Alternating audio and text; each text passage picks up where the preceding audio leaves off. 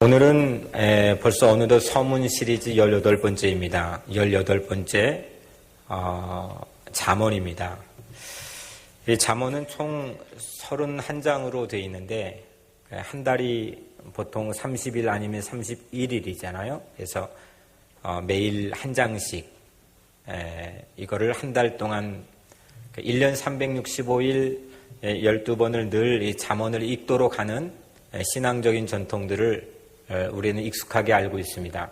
저도 어린 시절에 또 교회에서나 아니면 부모님이 이 말씀을 잠언을 가장 또 읽도록 권면하고 또 이 잠언 읽으면 괜히 또 우리가 지혜로워질 것 같고 다른 성경 66권이 있지만 잠언을 이렇게 친숙하게 읽고 접근하려고 하는 노력들이 사람들에게 많이 있는 것 같습니다. 오랫동안 전 세계 많은 사람들에게 스테디하게 베스트셀러가 된 사랑받아온 책이 잠언입니다. 이 잠언은 어떤 사람들이 잠언을 읽을까요? 더 잘 살고 싶은 사람, 지금보다는 레벨을 높이고 싶은 사람, 지금 수준에 만족하지 않고 지금보다는 뭔가 월등하게 더 나은 삶을 추구하는 그런 사람들이 그런 동기를 가지고 이 잠언을 읽는 것 같습니다. 부모도 내 자녀가 지금보다는 훨씬 더 지혜로운 사람이 되고 지금보다 훨씬 윤택한 삶을 살기를 원하는 마음으로 이 잠언을 읽게 하는 것 같습니다. 그래서 오늘 5절에 지혜 있는 자는 듣고 학식이 더할 것이요 명철한 자는 지략을 얻을 것이라. 그러니까 지혜 있는 사람조차도 이 잠언을 통해 학식이 더하고 또 명철한 자는 지략, 사람의 새로운 힘을 얻게 된다라고 하는 그런 잠언의 특별한 목적을, 잠언을 기록하는 목적을 오늘 기록해 놓았습니다. 잠언은 히브리어로 마샬입니다. 이 가까운데 마샬 큰 백화점 있잖아요. 찾아보니까 사람 이름밖에 없던데 그 마샬 이름이 사실 maybe 그 히브리어 마샬 잠언에서 왔을 수도 있겠지만 여튼 이 잠언의 히브리어 음력은 마샬입니다. 이건 뭔 뜻이냐면 비교, 비유, 또 격언 이런 뜻을 가지고 있습니다. 뭔가를 비교하고 뭔가에 빗대어서 좀 두리뭉실하고 흐릿한 무언가를 내 것으로 만드는 것, 또 깨닫게 하는 것, 내 손에 캐시밸리로 쥐게 하는 것, 이게 마샬이라고 하는 잠언의 뜻입니다. 그 잠언의 목적은 뭐냐? 깨닫게 하는 겁니다. 한번 따라해 볼까요? 깨닫게 한다.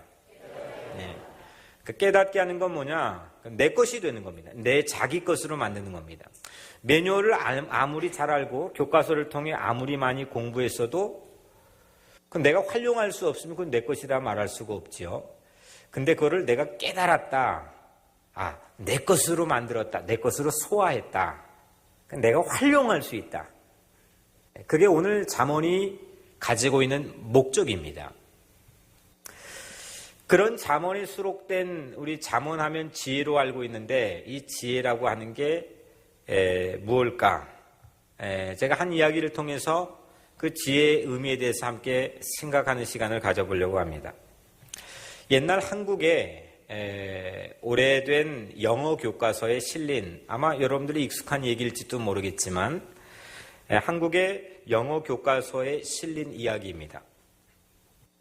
영국 장사꾼이 아프리카 어느 마을에서 방문을 해가지고 돈을 어떻게 벌까 이 궁리를 했습니다. 영국 장사꾼이 이 아프리카에 방문해가지고 뭘 하면 여기서 돈을 벌 수 있을까 궁리를 하다가 가만히 보니까 이 동네 사람들이 새벽에 이렇게 다 어디서 오는지 모여가지고 한데 모여가지고 어디 막 가는 거예요. 그래서 이 사람들이 뭐 하나 이 영국 장사꾼이 뒤를 졸졸 따라가 봤습니다. 근데 이 사람들이 이 마을의 동쪽을 향해서 가는데 어떤 나지막한 동산에 머물러서 거기에서 북을 치고 절을 합니다. 가만히 있어 새벽이 이제 거의 지나가니까 가만히 있으니까 저 동쪽에서 큰 해가 다 가고 떠오릅니다. 그때 이 동네 사람들이 일거에 한 목소리로 떴다 하고 소리를 질렀습니다. 그리고 떴다 소리를 지르면서 춤을 추고 또 북을 치고 양을 잡아가지고 제사를 드렸습니다. 가만히 이 영국 장사꾼이 알아보니까 혹시나 이 해가 오늘은 안 뜨면 어떻게 할까? 그 염려하는 불안한 마음에 매일같이 사람들을 유지들이 모아가지고 그 동쪽 동산에 가서 해 뜨게 해달라고 신에게 제사를 드렸다는 겁니다. 매일같이 다음날도 또 다음날도 마찬가지였습니다. 이 영국 사람들이 이 속에 밝은 영국 사람들이 장사 속을 발휘합니다. 이 영국 사람이 이렇게 마을 유지들에게 말하는데 우리 마을에 가면 아주 신기한 새가 있는데 이 신기한 새가 대신 해를 불러줍니다.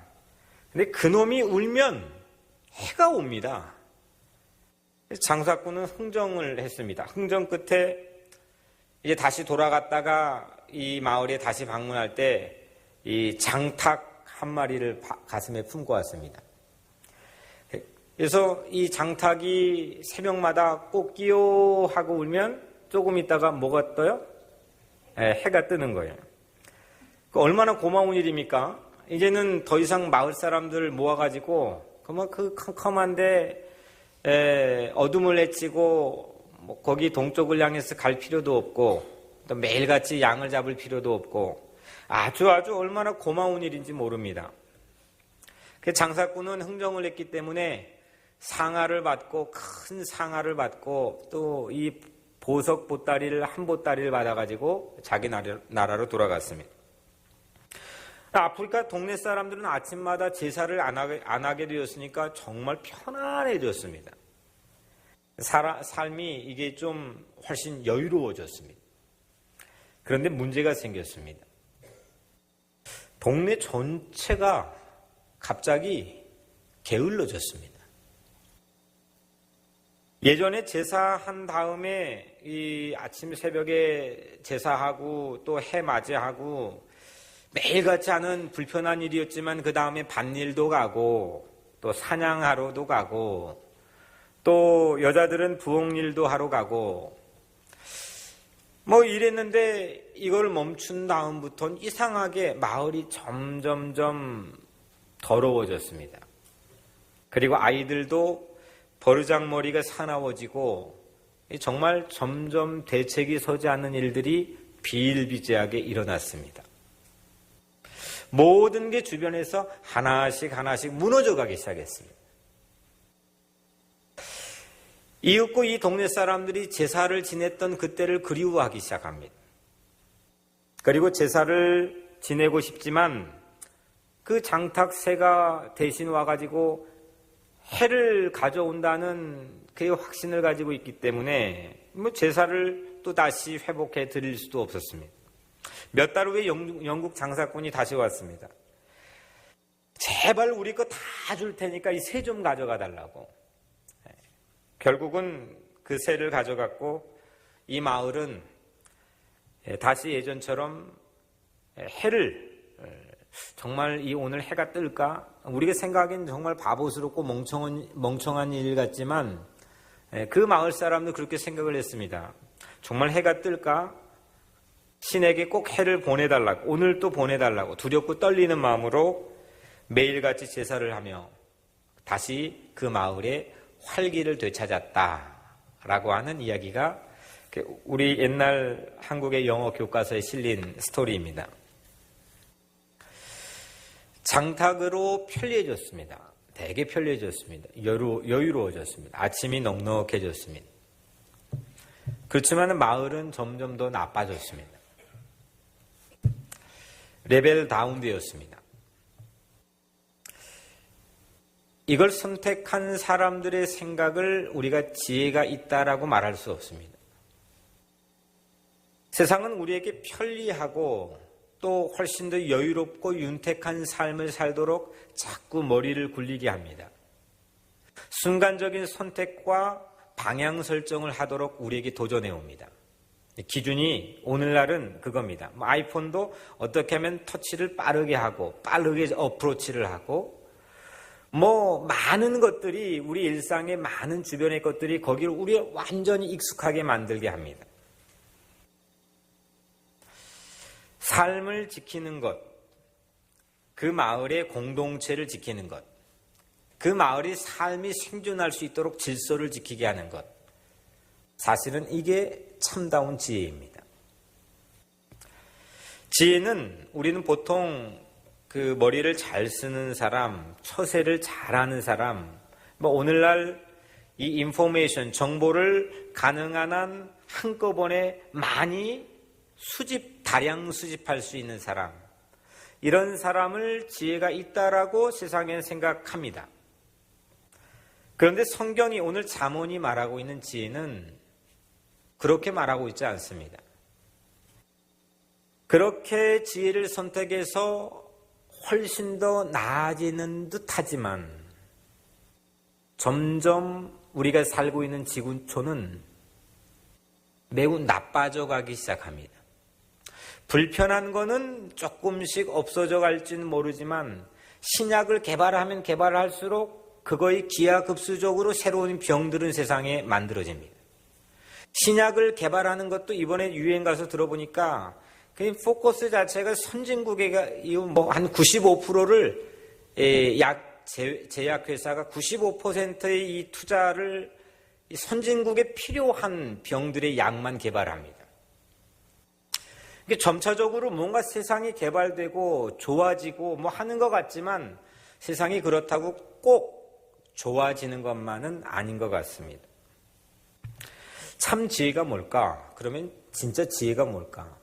지혜를 가진 사람을 우리가 어떻게 알 수 있을까? 저는 오늘 이 이야기를 통해서 지혜는 살릴 수 있어야 된다. 공동체도 살릴 수 있어야 되고 나라와 국가도 살릴 수 있어야 되고 그리고 나를 위한 삶도 내가 살아날 수 있어야 되는 이 기준이 참다운 이 지혜의 중요한 면모라고 생각을 합니다. 저는 습관처럼 제가 언젠가 새벽에 말씀드렸지만 습관처럼 제 눈에 의도적으로 한 건 아니지만 어느 때부터인가 저울이 하나가 있습니다. 그 천칭저울이라고 하나요? 이렇게 기울어지는 거, 무게가 있는 쪽으로 기울어지죠. 그게 제 눈앞에 매우 자주 출몰을 합니다. 무언가를 선택해야 되는 상황, 뭔가를 판단해야 되는 상황, 장탁과 제사를 저울질해야 되는 상황. 사람들은 의례껏 매우 쉬운 문제라고 생각하기 쉽지만 이거 결코 쉽지 않습니다.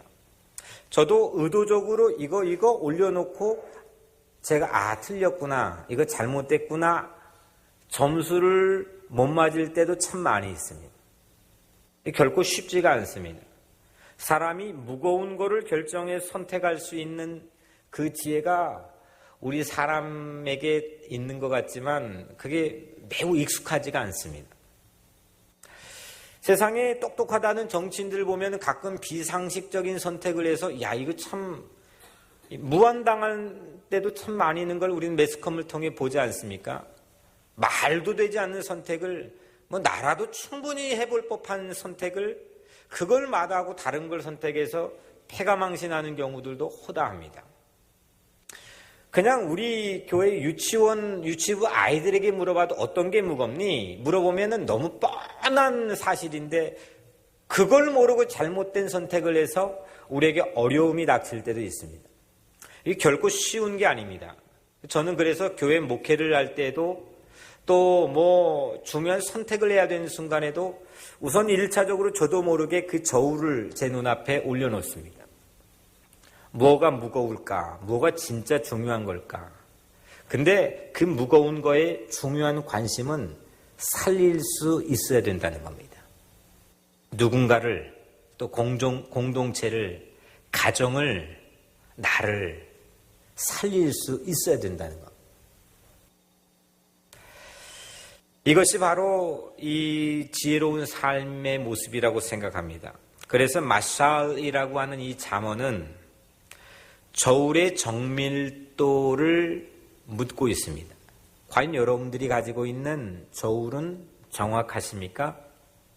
녹슬거나 고장난 저울을 가지고 번번이 후회하고 한탄하며 그렇게 살고 있지는 않습니까? 이런 내용들을 이 잠언 31장 총 31장은 우리에게 계속해서 묻고 있습니다. 근데 잠언은 이 저울의 무게추를 명확하게 우리에게 소개하고 있습니다. 이게 중간에 이 추가 녹슬어 가지고 자꾸 왔다 갔다 하거나 아니면은 이게 변하거나 눈금이 정확하지 않아서 이게 정확도가 떨어진다거나 그럼 이 저울로서의 펑션은 잃어버립니다. 세상에서 우리 사는 삶의 시대에 따라 아무리 그게 뭔가 아주 사람들이 우르르 몰려가 대중들이 환호하는 절대적 다수의 지지를 얻는 것일지라도 세상에서 시대에 따라 변하는 게 거의 대부분입니다. 근데 그런 변하는 것을 진리라고 말하지는 않습니다. 200년 동안 변하지 않는 것도 있을 수 있습니다. 한데 300년째 변화됐습니다. 그건 진리가 아닙니다. 그 똑똑한 아인슈타인이 무슨 물리학에 뭘 내놨는데 그게 몇십 년 전에 새로운 학설이 나왔습니다. 이건 그냥 없어져 버립니다. 그건 진리가 아닙니다. 진리는 변하지 않아야 됩니다. 우리 할아버지 시대에도 또 조선 시대에도 또 천년 전에도 절대 불변하는 것을 진리라고 말합니다. 칸트나 헤겔이나 세상을 날고긴다 한 철학자들 200년 300년 세상의 서구 사회를 주름잡았던 사상의 흐름을 주름잡았던 그 모든 것도 오늘날 폐기 처분된 것들이 상당히 대부분이고 그것도 다 변합니다. 다 변합니다. 이 무게추의 기준으로 우리가 삼기가 매우 곤란합니다. 예전에는 그걸 삼아갖고 대박이 났는데 오늘날 그걸 사용해 보려니까 아주 우리에게 어려움을 닥치게 하는 그런 기준들이 많이 있다는 거예요. 근데 오늘 이 잠언은 한결같이 이 저울의 무게추를 하나님이라고 말합니다. 오늘 7절에 여호와를 경외하는 것이 지식의 근본이거늘 몇 차례에 걸쳐서 이 잠언 안에서 여호와를 경외하는 것이 지식과 지혜의 근본, 베이직이고 시작이고 이것이 모든 일의 기준이라고 하는 것을 잠언은 계속해서 우리에게 말하고 있습니다. 하나님이 늘 기준이 될 때, 하나님을 믿을 때, 하나님을 의지하고 하나님을 신뢰하고 하나님을 경외할 때 그때 우리는 지혜를 얻을 수 있다는 겁니다.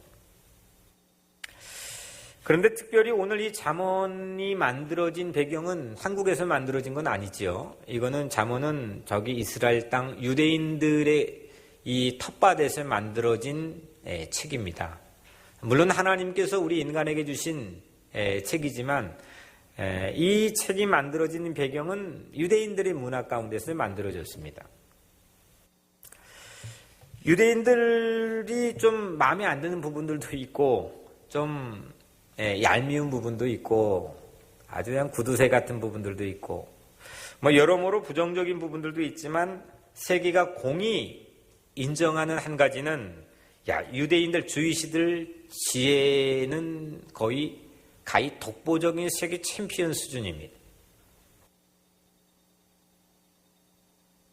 그들의 독보적인 이 지혜의 레벨, 이게 과연 정체가 무엇이고 또 어떤 과정을 통해서 그들이 이런 지혜를 갖게 됐을까? 우리도 좀 지혜로운 인생을 살고 싶고 엉뚱한 선택하지 않고 정확한 선택을 하면서 지혜로운 그런 사람이 되고 싶은데 그 어떤 요인 때문에 가능할까? 이게 제가 오늘 가지고 있는 가장 큰 질문입니다. 뭐가 요인이길래 이 백성을 통해서 하나님께서는 이 지혜로운 말씀을 거의 3000년에 걸쳐서도 녹이 슬지 않는 이 지혜의 말씀들을 이 땅에 남기게 하신 걸까? 나도 지혜로운 사람이 되고 싶다. 우리 성도들도 밖에 나가서 지혜로운 성도들의 삶이 되었으면 좋겠다. 그들은 야훼의 경외, 여호와를 경외하는 것, 이 지혜의 저울추로 일약 세계 지혜의 선진국이 되었는데 과연 어떤 요인 때문이었을까? 무엇 때문에 그들은 장탁 과감하게 그냥 본 척도 하지 않고 이 잠언을 붙들고 그 혹독한 어려움 가운데서도 지혜의 백성으로 존경을 받을 수 있었을까? 가난했거든요. 아무것도 없었거든요. 집이 있었습니까? 무슨 요인이 있길래 과연 저도 그런 목회를 하고 싶고 그런 인생을 누리고 싶고 근데 저랑 같이 신앙생활은 우리 성도들, 우리 교우들이 그런 성도들이 되기를 간절히 바라는 마음이 있는데 과연 요인이 뭘까? 저를 통해서 하나님께서 보게 하신 중요한 열쇠는 지리였습니다. 땅. 뜬금없이 갑자기 땅이냐 하실지는 모르겠지만 그들이 살고 있었던 땅, 그들이 바라보고 있는 땅, 그들의 마음에 늘 설렘을 줬던 땅, 그 땅의 이름이 뭐였죠? 가나안 땅이었어요. 민족의 처음 시작인 창세기 12장 아브라함 때부터 하나님이 처음부터 준 거죠. 그러니까 그 땅에 대한 약속을 줘서 그 땅을 바라보고 살았습니다. 그리고 그 땅을 향해 갔습니다. 힘들어도 그 행진은 멈추지 않았습니다. 그 땅에 들어갔습니다. 그 땅에 살다가 또 다 흩어지고 나라를 빼앗기고 포로로 흩어졌던 그런 역사들도 그들은 가지고 있습니다. 그 가나안 땅은 우리가 젖과 꿀이 흐르는 땅이라고 소개했지만 실제적으로 그들이 살았던 거주지인 땅은 가나안 땅, 그 땅은 가난한 땅이었습니다. 정말로 가난한 땅이었습니다. 이스라엘의 지도를 성지순례 간다고 이거는 우리가 볼 수는 없죠. 단면도를 쫙 하고 잘라가지고 동과 서를 보면 서쪽의 지중해 연안 조금은 이게 비옥한 평야지대가 있습니다. 그런데 곧장 산이 가파르게 올라가기 시작하면서 높은 산들이 남북으로 우리 태백산맥처럼 쭉 하고 길게 뻗어 있습니다. 그리고 가파르게 내리는 계곡이 있고 그 밑에 요단강이 남북으로 흐르고 있습니다. 그 다음은 다 광야입니다. 그런데 이 이스라엘 백성들이 예루살렘을 비롯해서 대부분의 주요 도시는 어디에 있느냐? 다 이 고산지대의 산 위에 있습니다. 이 척박한 땅은 더욱이 사방이 강대국으로 둘러싸여 있습니다. 강대국 틈바구니에 늘 한시도 빠지지 않고 끼어 있었습니다. 주변에 3대 문명, 세계를 주름잡았던 3대 문명, 밑에 쪽으로는 이집트 문명이 있었고 또 동쪽으로는 이 메소포타미아 문명이 있었고 또 위쪽으로는 히타이트 문명이 있었습니다. 이 문명이 조금치도 틈새를 숨 쉴 틈을 주지 않았습니다. 마치 샌드위치 같았습니다. 이 3대 문명들이 서로 결전을 벌이는데 문명의 이름들은 좀 바뀌지만 이 문명권들이 결전을 벌이는데 각자의 위치에서 가장 비슷한 거리로 올 수 있는 결전지가 어디냐? 그 이스라엘 땅의 이스라엘 평야의 무깃도라고 하는 곳입니다. 여러분들 무깃도라는 곳 들어보셨어요? 거기는 국제전쟁이 가장 많이 있는 곳입니다. 지금도 가장 큰 화약고입니다. 오랜 세월이 지났는데도 비슷한 거리에서 원정할 수 있는 최적지, 그 무깃도에서 사울 왕도 죽었습니다. 거기서 요시야 왕도 죽었습니다. 전사했습니다. 무수한 사람들이 거기에서 죽었습니다. 신약에서 인류의 최후의 전쟁을 계시하죠. 그 이름을 아마겟돈 전쟁이라는데, 아마겟돈, 무깃도에서 온, 마겟돈은 무깃도에서 온 헬라어 음력입니다. 결국 이 땅이 마지막 전쟁의 어떤 하나의 심볼리커라는 그 말도 무깃도, 그러니까 그 땅은 정말 전쟁에 계속에 시달릴 수밖에 없는 땅이었습니다. 용병으로 끌려가고 총알바지가 되고, 그냥 동생의 아녀자들 다 잡아가고, 포로로 끌려가고, 무방비 상태로 전쟁에 노출되어 있던 땅이 그 가나안 땅입니다. 그리고 국토의 면적 또한 경기도, 강원도 우리 그 다 합친 것보다 더 작습니다. 그렇게 비좁은 땅, 비약하고 도약하고 부흥할 그런 건덕지가 아무것도 보이지 않는 땅. 그들은 그 땅에서 살았습니다. 이스라엘 백성들은. 그리고 가난과 전쟁으로 가득 찬 고난의 용광로를 통과하면서 이스라엘은 거기에서 생존 방식을 터득할 수밖에 없었습니다. 우리 전쟁 세대를 경험한 분은 그 전쟁통에서 내가 서바이벌을 하기 위해서 몸에 익히게 되는 하나의 라이프 스타일이 있었을 거예요. 뭐 오늘날 우리 보고 하라고 하면 이거는 뭐 아무도 못하죠. 전쟁 경험을 하진 못했기 때문입니다. 플로리다에서 사는 삶의 스타일과 이 뉴욕의 삶을 사는 이민 스타일은 완전 다릅니다. 저희 영국에서는 비가 매일 옵니다. 근데 거기에서는 그냥 밖에 나와가지고 이렇게 할 수 있는 시간적 여유가 많지 않습니다. 그러니까 사상이 발전되고 철학이 발전될 수밖에 없습니다. 근데 플로리다 가봐요. 누가 방에 있습니까? 밖에 이렇게 날씨가 좋은데. 밖에 나가서 놀고 운동하고, 거기에 요즘 메이저리그나 이런 걸출하는 스포츠 스타들이 거기에서 나옵니다.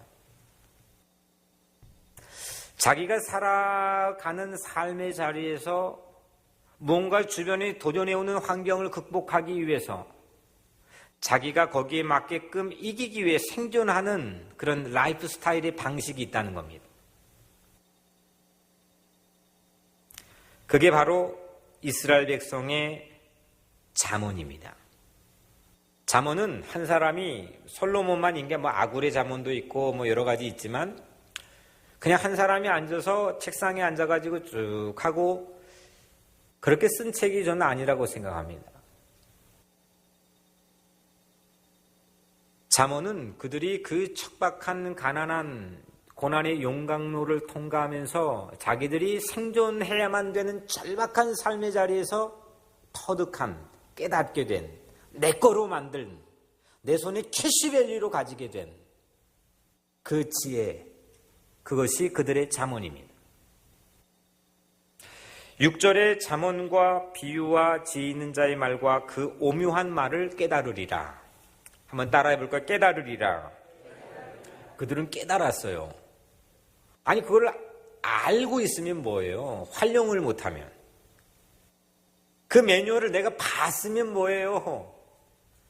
누구를 이렇게 옆집 유명한 알면 뭐예요? 활용을 못하면요.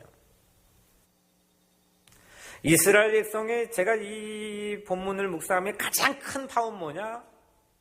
깨달았다는 거예요. 활용할 수 있었다는 겁니다. 고난의 극한 상황에서 살려고 바둥바둥 치는, 그래야만 간신히 서바이브할 수 있는 그런 상황에서 터득하게 된 깨달음, 내가 확실히 손에 쥐고 캐시밸리로 활용할 수 있는 그 깨달음, 그게 뭐냐? 그게 바로 하늘을 바라보는 지혜였습니다.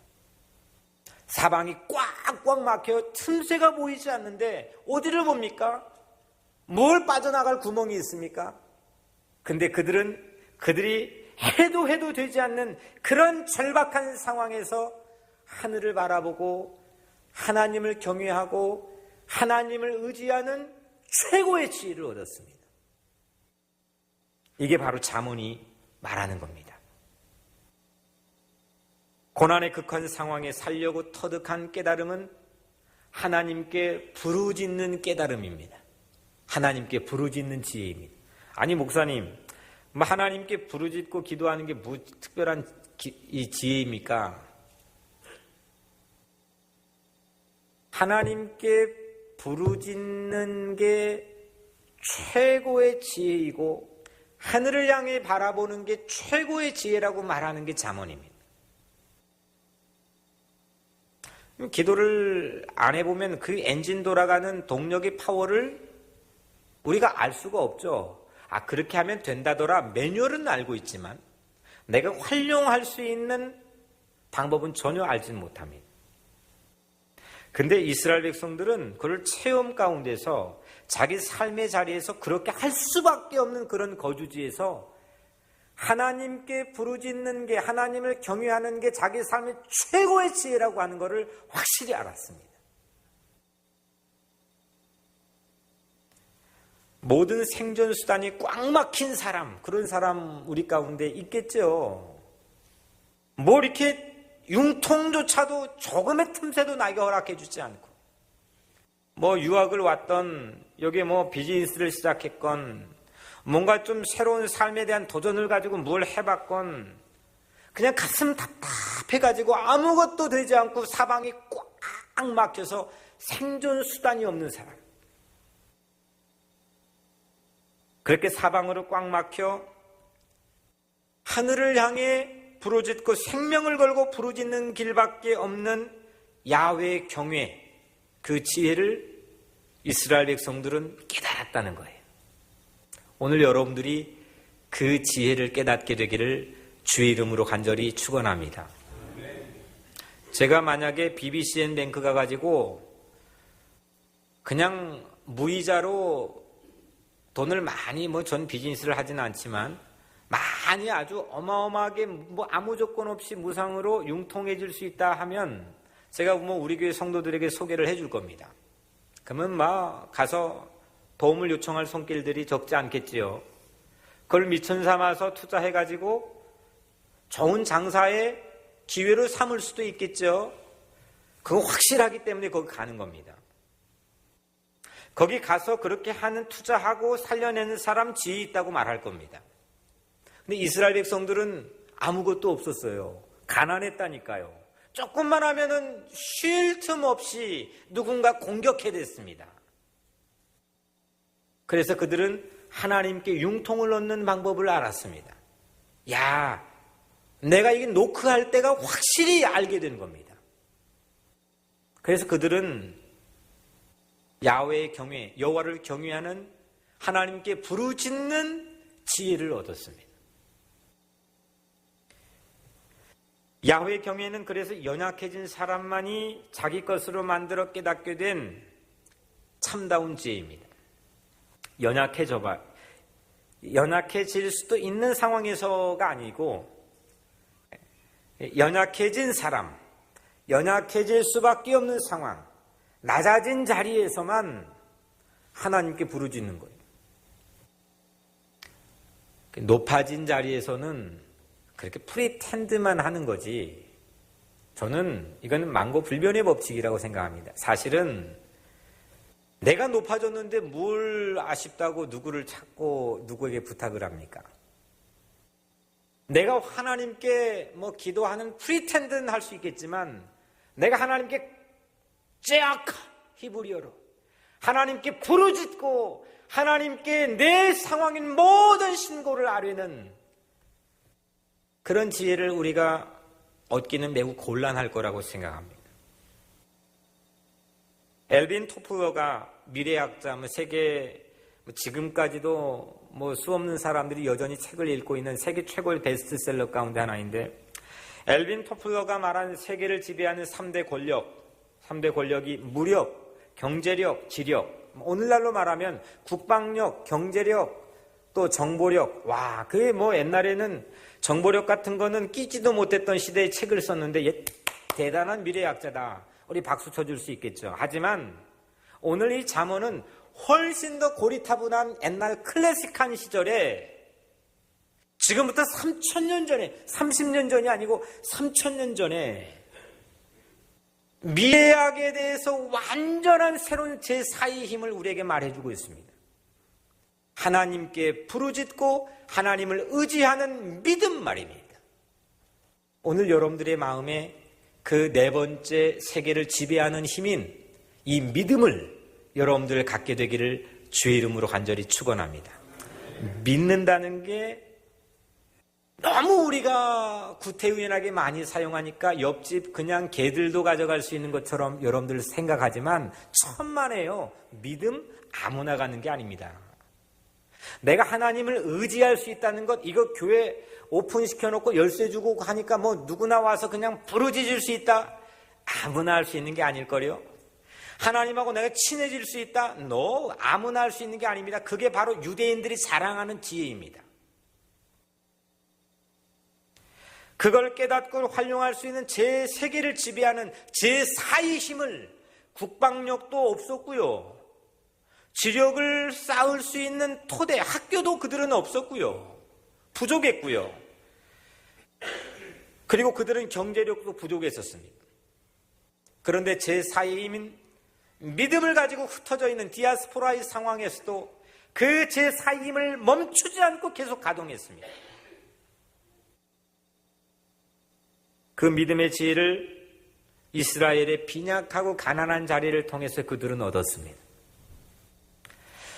장닭의 편리를 위한 잔머리, 장닭을 하면 내가 6시부터 7시까지는 이렇게 타이밍이 좀 매니지가 될 수 있겠구나. 그렇게 장닭을 통한 편리를 얻기 위한 그 잔머리, 처세술, 그걸 우리가 지혜라고 부를 수는 없는 거죠. 이스라엘 백성들에게는 그런 거는 사치에 불과했습니다. 그런 거 생각할 겨를이 어디 있습니까? 마치 우리 어르신들 보릿고개 지났던 것처럼 그냥 내일이 아니라 오늘 하루 입에 풀칠하고 살기가 어려운 판국에 노후가 어디 있고 편리가 어디 있고 그런 펑셔널한 삶이 어디 있습니까? 그들은 그냥 그 거주지에 그런 편리주의를 위한 잔머리가 파고들 틈이 없었습니다. 그들의 삶에는 하나님께 부르짖을 수밖에 없는 그런 절박한 고난의 삶을 지나고 있었기 때문입니다. 예레미야 33장 3절 너는 내게 부르짖으라. 내가 내게 응답하겠고 네가 알지 못하는 크고 은밀한 일을 내게 알게 하리라. 부르짖으라.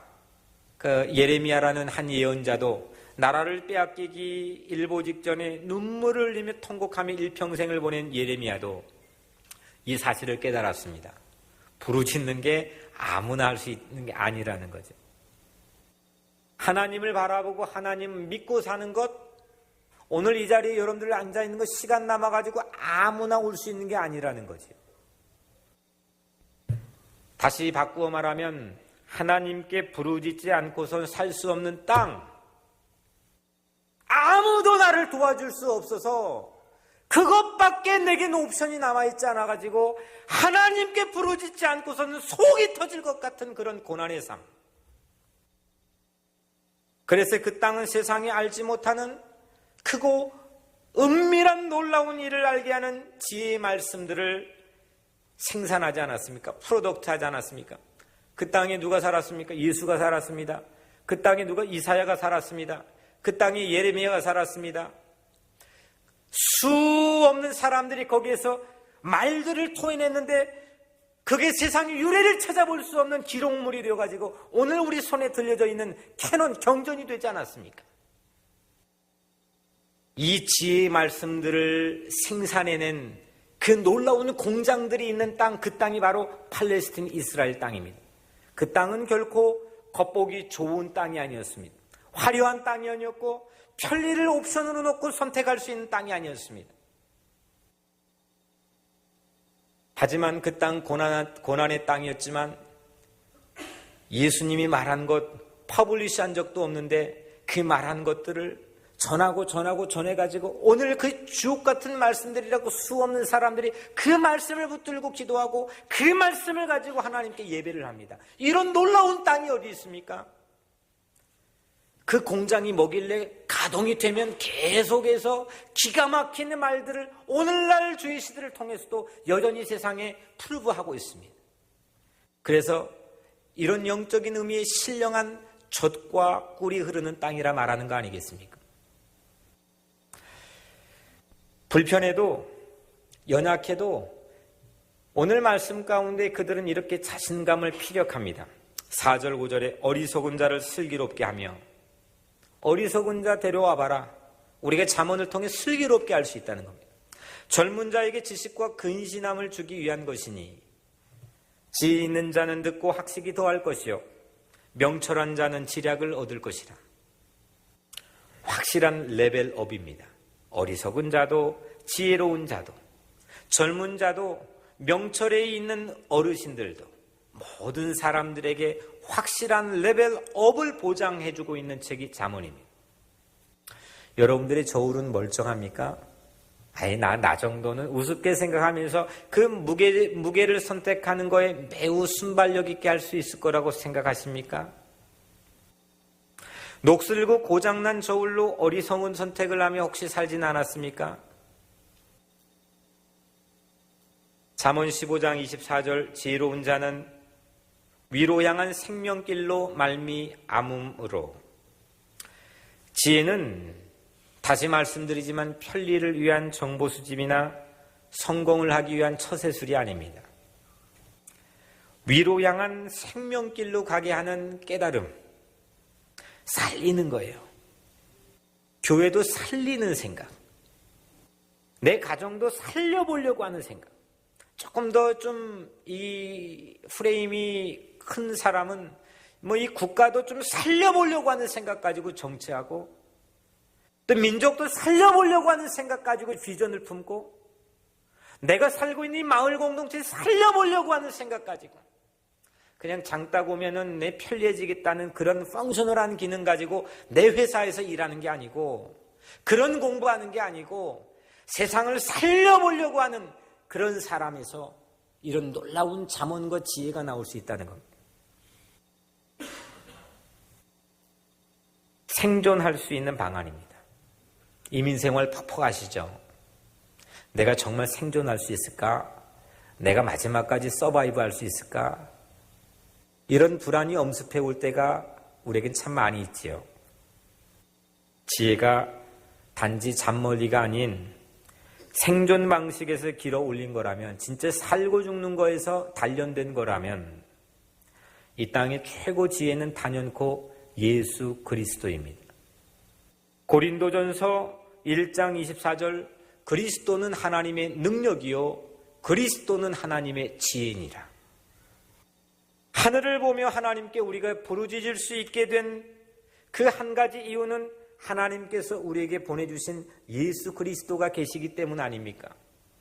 예수 그리스도를 믿음으로 우리가 모든 기도에 예수 그리스도의 이름으로 기도드립니다. 그 예수님 때문에 우리가 기도하고, 그 예수님 때문에 우리가 말씀을 듣고, 그 예수님 때문에 세상을 향해 새로운 삶을 가지고 살고, 예수 그리스도의 십자가는 연약한 우리 자리에서, 꽉 막힌 우리 자리에서 하늘 보게 한 하나님이 우리에게 주신 망원경입니다. 틈이 있어야죠. 꽉 막혔는데. 여러분들 예수 그리스도를 통해서 부르짖는 지혜를 얻어보세요.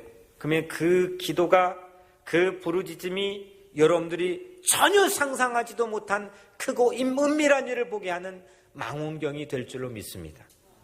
우리 자리에서 하나님께, 우리가 하나님 아니고 세상에 불러봐야 누가 도움을 주나? 내가 잘 나갈 땐 도움 주죠. 내가 좀 괜찮아질 땐 사람들, 친구들 득실득실하죠. 내가 궁색하고 할 때는 다 떠나는 게 세상의 인지상정이거든요. 손을 뻗쳐봐요. 부르짖어봐요. 그런데 하나님께 부르짖도록 하나님께서 예수 그리스도를 통해 주신 이 예수 그리스도의 삶은 우리에게는 하나님을 향한 영적인 스피커인 걸 믿으시길 바랍니다. 그냥 말할 수도 없어가지고 세밀하게 부르짖을 수밖에 없는 그런 내 신음까지도 이 스피커를 통해서 하나님에게 부르짖음이 상달될 수 있다고 한다면 그 확신과 그 믿음을 가지고 살 수 있다면 그 사람에게서 나오는 말, 그 사람에게서 나오는 액션, 그 사람이 다녔던 흔적, 이거는 분명히 지혜의 잠언이 될 겁니다. 여러분들 자녀들에게도 그런 잠언을 물려주는, 여러분들의 잠언을 물려주는 그런 인생이 되기를 주의 이름으로 축원합니다. 내 처지가 죄인이 아니라면, 여러분들 바꿔놓고 생각해 봅시다. 내가 죄인이 아니라면 누가 예수님을 믿겠습니까? 내가 연약하지 않고 쏘리 할 일이 없다면 누가 예수님 필요하겠습니까? 내 자리가 궁색하지 않고 내가 그냥 불안도 없이 그냥 척척척척 살 수 있다면 누가 예수님을 믿을 필요가 있겠습니까? 저라도 예수님 믿지 않겠습니다. 근데 아무리 봐도 저는 죄인이고 아무리 봐도 빈곤하고 아무리 봐도 연약하고 아무리 봐도 허점투성이고. 사랑하는 성도 여러분, 잠언은 고난의 땅에서 천년에 걸쳐 생산된 지혜의 보고입니다. 이런 창구가 없습니다. 이 잠언 같은 지혜의 창구가 없다는 거예요. 1000년 동안 닳고 다른 세상에 수많은 고난에 오픈되어서 길어 올려지고 만들어지고 다듬어진 지혜의 최고 베스트 챔피언 창구가 잠언입니다. 섭씨 7000도의 고온에서 값진 다이아몬드가 생산되는 것처럼 진주조개가 자신 살 속으로 침입한 고통스러운 모래알을 어떻게 밀어내고 그걸 녹여내보려고 오랜 세월 나카로라고 하는 진액을 뿜어내가지고 분비함으로 아름다운 진주를 생산해내는 것처럼 오늘 혹시 여러분들의 삶이 이런 고난이 있습니까? 그런 팔레스틴 땅처럼 예루살렘의 그 고산지대에서 외적의 침입으로 공격으로 어려움을 당하고 있습니까? 여호와를 경외하는 하나님께 부르짖고 하늘을 향해 바라볼 수 있는 그 지혜를 여러분들의 삶에서 생산하시기를 주의 이름으로 간절히 축원합니다. 오늘 우리 자리에서 마무리 이렇게 좀 다짐 없이 지혜를 사모하는 인생이 되었으면 좋겠습니다. 머리 굴리는 잔머리 말고 처세술 말고 정말 하나님 나에게 지혜를 달라고 하나님 잘 믿고 하나님께 부르짖으며 하나님을 경외하는 참 지혜를 얻는 여러분들의 삶이 되시기를 주의 이름으로 간절히 축복합니다. 기도하겠습니다.